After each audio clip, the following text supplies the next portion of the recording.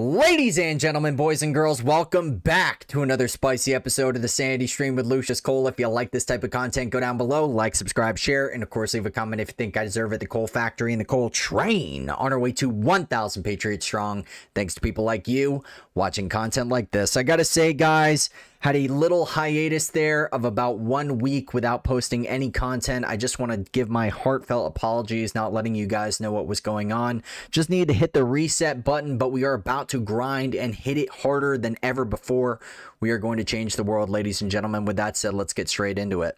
For those of you who don't know, Jeff Bezos, the richest, or formerly the richest man in the world, Elon Musk taking over in that spot. He comes a little bit later in the episode for those of you interested. And of course, this man would be the proverbial number one, at least across all merchants in the entire planet, if he didn't get divorced with his wife. So maybe a bit of a tale there, maybe a bit of a lesson for some people. With that said, check it out, guys. Jeff Bezos, Amazon founder, will step down as CEO. Unbelievable. Jeff Bezos, who founded Amazon and turned into an online shopping behemoth, is stepping down as the company's CEO, a role he's had for nearly 30 years. He'll be replaced in the fall by Andy Jassy, who runs Amazon's cloud computing business. Bezos, 57, will then become the company's executive chair. In a blog post to employees, Bezos said he was planning to focus on new products and early initiatives being developed at Amazon. And he said he'll spend more time with side projects such as his space exploration company, Blue Origin, the newspaper he owns, and the Washington Post, and his charities. Ladies and gentlemen, this is going to be a big time change in terms of the power brokerage that's going on. And I'm wondering, with everything going on with SpaceX and Tesla and Elon Musk seeing launch after launch after launch, and we are getting closer and closer to actually having a moon base. That's right, an actual moon base that will basically be the pivot point for a lot of these astronauts who decide to do the far trek into the yonders of the universe, into places like Mars. It's unbelievable what we're coming to right now. And unfortunately, as the world seems to be burning around us, at least that's something that we can look forward to in the future. Hopefully space travel, at least hopefully by the time I'm 80, if I happen to live that long, maybe it will possibly be a very common occurrence. Maybe, you know, people in the, at least the upper echelon, you know, in terms of the $100,000 a year, 200,000 or whatever, we'll be able to actually go and explore space.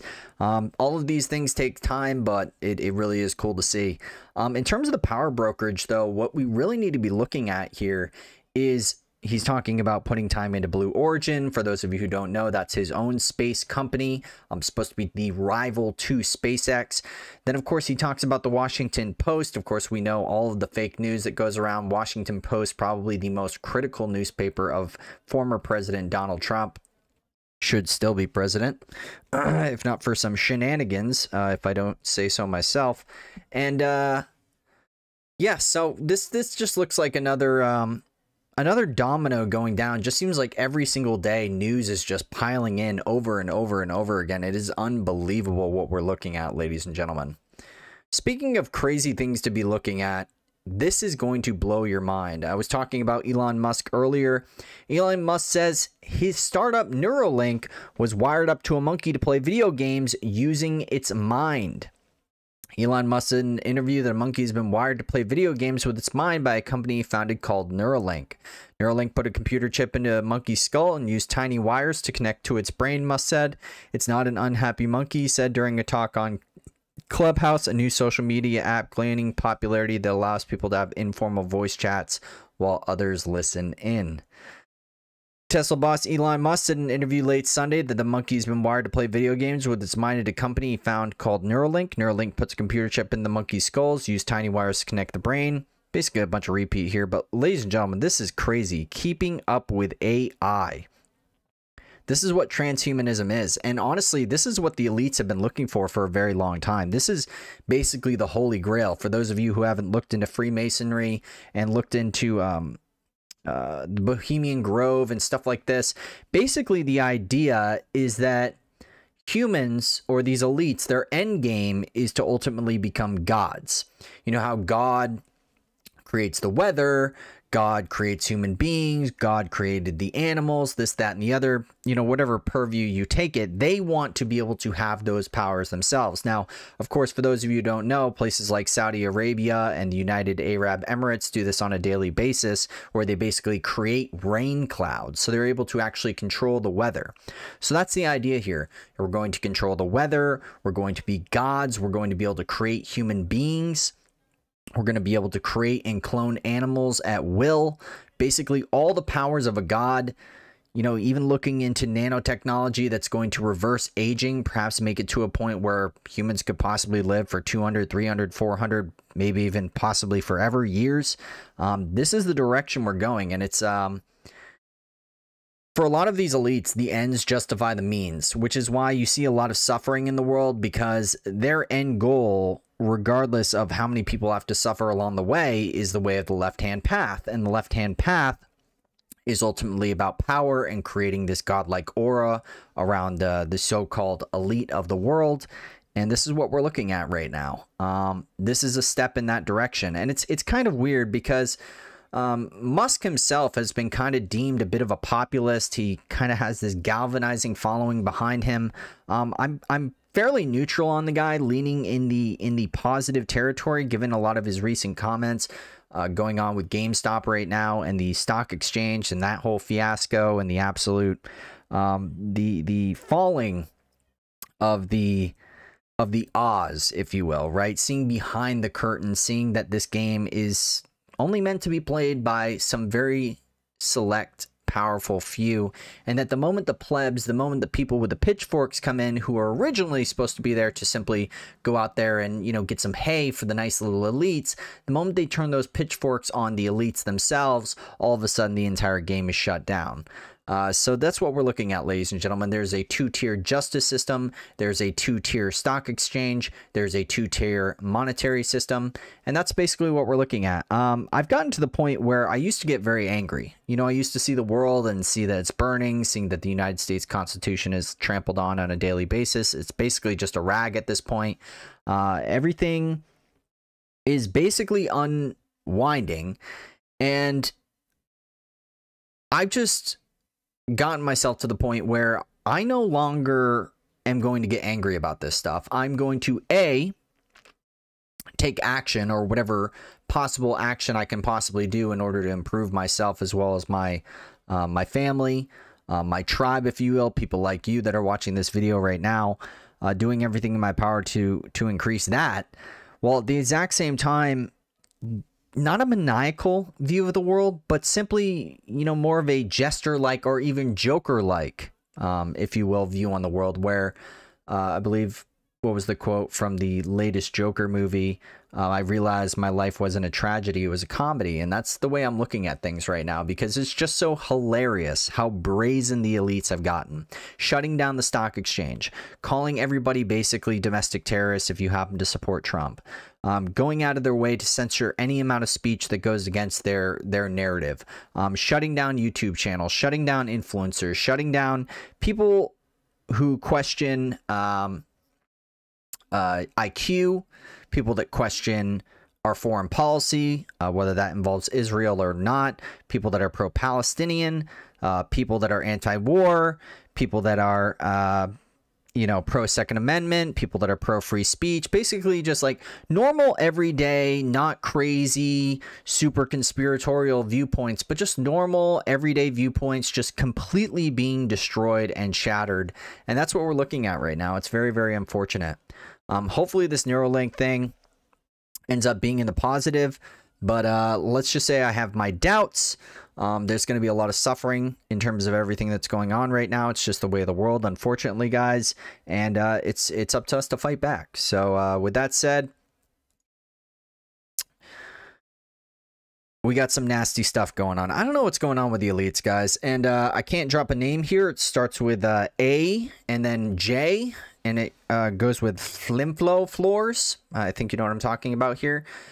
And it's like, this guy's right over and over and over again. Never before seen photos show pedophile Jeffrey Epstein cuddling and sleeping young girl on his lap aboard his private jet, spending a day at Disney World with unsuspecting families. And this is what we're looking at. Ugh. Ugh. Gross. Just at Disney. I mean, it just reads like a Shakespearean trauma. Just over and over and over again. These elites getting caught with their hand in the, I don't even want to say cookie jar, because it's gross what we're looking at here. This is young, innocent boys and girls that are being trafficked by multi-billionaires and multi-millionaires all across the world. It is a billion-dollar industry, oftentimes involving children. It's something, there's some sick fetish among these people that is truly despotic and absolutely Orwellian and just gross. It really is. It's gross. And in the modern age, it's even more gross. Yeah. So I just I'm speechless, guys. This is what we're looking at. And the problem I have with this is like, why? Well, like, these photos are being sat on. You know, the photos that happened with Hunter Biden, the photos that are going on with Jeffrey Epstein, the photos that are going on. There's also a man in the Lincoln Project actually getting hemmed up right now for, I guess, purportedly trying to get with 14-year-old boys. So it's like over and over and over again with these people. And why is it every single time there's a piece of information, it's like it's trickled down? Like, this should have been dropped a long time ago. And you know they've been sitting on this information. What are they waiting for exactly? What are they waiting for? More tragic news, guys. I wish I could say we have good news here, but this is America, and America is just bad news, guys. We kill children, we drop bombs, we call our own people domestic terrorists, we push out crime bills that are going to basically make it nearly impossible to own a firearm. We create walls around the People's Building in the Washington, D.C., and then we claim that we are the freest nation on the planet. And it's just, it's making me start to hate this country. Not even going to lie. When I wear this hat, I used to be proud. I can't even imagine going and joining the military like I did today. I can't even imagine it. Why would I? What's worth fighting for in this country? Look at this country. Look how divided we are. Half the country hates the country. Those who try to save the country, or at least stick to some sort of principles of how this republic was established, is labeled as domestic terrorists. And anybody that even questions the narrative is censored, silenced, attacked. It's insane to me. It really is insane. For those of you who don't know, Capitol officer who fatally shot Ashli Babbitt not likely to face charges. Of course not. This is a two-tier justice system. That's exactly what this is. There's rules for thee, but not for me. Over and over and over again. The Capitol police officer who shot a woman attempting to breach the speaker's lobby during the Capitol riot is reported not likely to face charges after a preliminary decision by investigators in the case. The officer, who has not been named, had been placed on leave after January 6th riot, while investigation took place into whether rioter Ashli Babbitt's civil rights were violated. Babbitt, a 35-year-old Air Force veteran and QAnon supporter, was climbing through a window that had been shattered by protests when she was killed. The Justice Department civil rights investigation into the shooting was a routine procedure following the use of deadly force by a police officer in Washington, D.C. Of course. I mean, is any of us surprised, though? I mean, really? Has anything gone our way? Is Hillary Clinton in prison? No. Is George Bush in prison? Is Obama in prison? Heck, even Trump's war crimes. Is Trump in prison? I mean, they're doing their damnedest for that. But it's not even for that, guys. They're not even going after him for war crimes, because if they did, they would have to say, hey, the last 20 plus years, maybe probably even more, of presidents would also have to be prosecuted for war crimes. So they're not going to go that angle. Declare war? What is that? The people? The people must consent to go to war? Guys, that's so 1990s. That's so 1980s. That's so 1970s. I mean, they didn't even do it back in Vietnam in the 70s. It was a police action. It's disgusting. I don't even know what to say, guys. This is America. It's a two-tier justice system. There's censorship. There's people being attacked because of their beliefs. There's anti-white propaganda. There's everything under the sun. You can't question the Jewish lobby. You get banned. Ryan Dawson was recently banned on YouTube. Everything. You get shadow banned. You get astroturfed. This is what we're looking at. This is America. This is America. And I cannot wait for a new tech platform to take the reins because I'm so sick of YouTube. Speaking of sick of YouTube, here we go. YouTube cancels the U.S. Senate. It censors testimony from physicians on early treatments for COVID-19 patients. Google YouTube has ratcheted up censorship to a new level by removing 2 videos from U.S. Senate committee. They were from December 8 Committee on Homeland Security and Government Affairs. Hearing on early treatment of COVID-19 was a 30-minute summary. The other was an opening statement of critical care specialist Pierre Corey. Dr. Corey is part of a world-renowned group of physicians who developed a groundbreaking use of corticosteroids to treat hospitalized COVID patients. His testimony at May's Senate hearing helped doctors rethink treatment protocols and save lives. I was blocked. I was censored on my very first podcast talking about the Wuhan lab and how there's WHO advisors coming out now. There's intelligence agencies coming out now saying that COVID came from a lab, and YouTube removed that. I never have called for violence in my life. I never once. I said, hey, like after a year of rioting, looting, burning, destroying, nobody cares whatsoever. No one. And then after January 6th, I had a video flagged saying that I was inciting violence for criminal organizations. So I'm a criminal. Okay. Makes total sense. I said, don't be physical. Doesn't matter. Doesn't matter. Doesn't even matter what you say. They'll just take you out of context. That's how they banned Trump on Twitter. They had to take him out of context in order to ban him. They couldn't use his exact words because if they did, then it wouldn't hold up to scrutiny. So they had to simply hypothesize what he may or may not have meant. It's a tragedy. And now here we have, I believe I forget what government agency it was saying that hydroxychloroquine was fine for use. And I was pulled down for that as well. And now here you have a guy who's saving lives, who has critical information that is saving lives. Thousands upon thousands of examples of what this man is doing. Dr. Pierre Corey. And it's removed. You know why? Because it goes against Big Pharma. Because it stops the sale of Pfizer and Moderna vaccines. That's why. That's why they pull it. This game is so rigged, guys. This game is so rigged. And I swear to God, they are doing everything in their power to have us hate this country. And I got to tell you, they're doing a damn good job. With that said, ladies and gentlemen, if you like this type of content, my name is Lucius Coal. Go down below, like, subscribe, share, and of course, leave a comment if you think I deserve it. The Coal Factory and the Coal Train on our way to 1,000 Patriots strong. Thanks to people like you watching content like this. I'll be sure to be posting out content daily, guys. I'm going to start taking this a lot more seriously, making sure I have at least one video out every single day for one of you guys. I really enjoy reading all the comments. I do my best to reply to every single one of them. And yeah, let's just keep this coal train rolling and actually make change in America. Because I want to love this country again.